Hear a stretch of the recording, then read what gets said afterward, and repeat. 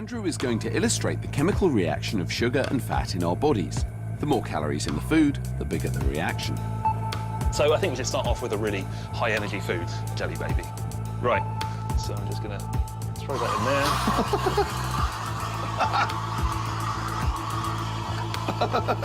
That is amazing. So there you go, that's one Jelly Baby. Imagine eating the whole bag. It's still going? Still going. So what if you were to use one of the so-called low-calorie foods? We'd expect basically nothing to happen. So what have you got? So we've got some dried apple here. OK, we ready? Wow!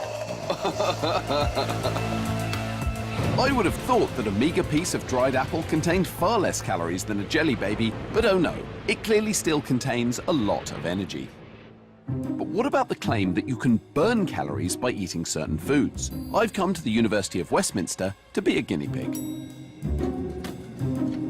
Now, how many times have you heard that eating a stick of celery is like eating nothing because the energy required to chew it up and digest it is more than the energy you actually get from eating it? Well, I'm going to find out if that's true.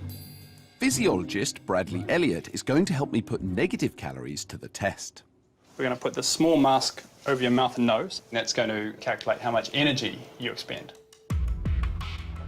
First, Brad measures my basal metabolic rate. That's the energy my body uses to function while I'm at rest. He'll then measure the energy I use eating 50 grams of celery, containing 8 calories, to see if I burn more than that by digesting it. As the energy used to chew is negligible, Brad discounts that. Time for lunch. Probably hold it yourself if you like. Oh, okay. We'll find out later if the magical world of zero and negative calorie foods really exists. And it's the moment of truth. And if celery boosted your metabolism more than the energy it gave you, we would expect to see your metabolism being much higher post-celery than pre. And you can see pretty clearly they're pretty much exactly the same. You're not losing energy by eating celery. Based on our experiment, it would seem that negative calories don't exist in relation to celery, suggesting that we probably get a few calories from it. But what's the lowest calorie food you can get? Meet nutrition scientist Georgine Lung, who may just have the answer.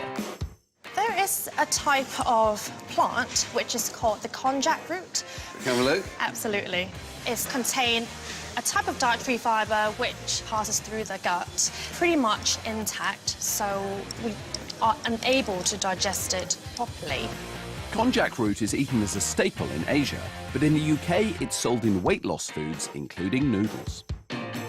At around just 6 calories per 100 grams, the noodles have an even lower calorific value than the new trend, spiralised courgettes, which contain around 20 calories per 100 grams.